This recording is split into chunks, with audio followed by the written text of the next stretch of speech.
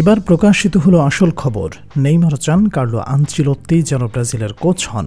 Neymar Brazil জাতীয় দলের জন্য জর্জ জেজুসকে পছন্দ করেন না এবং আনচেলত্তির কোচ হওয়াকে নেইমার সমর্থন করে। ব্রাজিল ফুটবল ফেডারেশনের সভাপতি এডনাল্ডো রদ্রিগেজ এই বিষয়ে নেইমারের পূর্ণ সমর্থন পেয়েছেন। নেইমার আনচেলত্তিকে পছন্দ করায় প্রেসিডেন্টের সিদ্ধান্ত নেওয়াটা আরও সহজ এবং সমালোচনাও মুক্ত হয়ে গেল। তবে এইখানে আরেকটা বিষয় ক্লিয়ার হয়ে গেল, যেহেতু ব্রাজিল ফুটবলের সভাপতি নেইমারকে কোচের ব্যাপারে জিজ্ঞাসা করেছেন, তার মানে ব্রাজিল ফেডারেশন 2026 বিশ্বকাপে নেইমারকে নিয়েই দল সাজাবে। তাকেও ব্রাজিল জোরালোভাবে চায়। ইনজুরির কারণে কি পারবে নেইমার খেলতে, এই প্রশ্ন থেকে যায়। তবে আজ এই ব্যাপারে আলোচনা করব না। আজকের আলোচনা শুধু কোচ নিয়ে।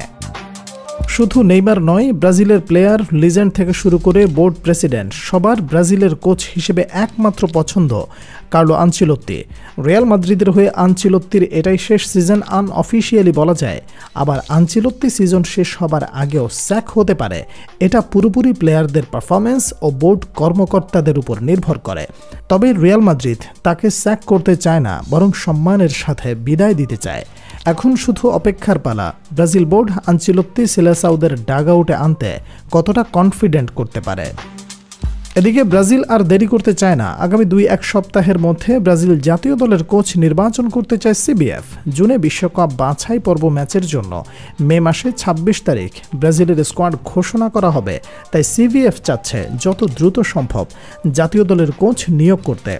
কোচের তালিকায় সবার শীর্ষে রয়েছেন রিয়াল মাদ্রিদ বস ডন কার্লো আনচেলত্তি। সিবিএফের 3 জন কর্মকর্তা অলরেডি মাদ্রিদে অবস্থান করে আনচেলত্তির পরিস্থিতি পর্যবেক্ষণ করছেন এবং আনচেলত্তির ছেলে ডেভিড ও তার প্রতিনিধি দলের সাথে অলরেডি যোগাযোগ করেছেন।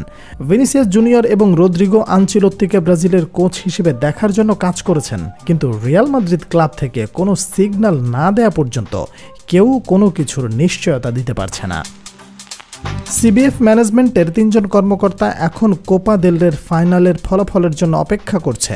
মোটামুটিভাবে বলা যায় কোপা দেল রের ফাইনাল ম্যাচের ফলাফলের উপরে নির্ভর করতেছে ডন কার্লো আনচেলত্তির চাকরি রিয়ালে থাকবে নাকি নতুন করে সিবিএফ এর সাথে চুক্তিতে আসবে। আর তাই কোপা দেল রের এল ক্লাসিকো ফাইনালের দিকে নজর রাখবে সিবিএফ। তারা মনে করে এই ম্যাচের ফলাফলের উপর নির্ভর করতেছে কার্লো আনচেলত্তির ব্রাজিলে আসা। ফলাফলের দ্বারা যদি রিয়াল মাদ্রিদকে খুশি করতে না পারে বরখাস্ত হতে পারেন কার্লো আনচেলত্তি, এমনটাই মনে করছে তারা।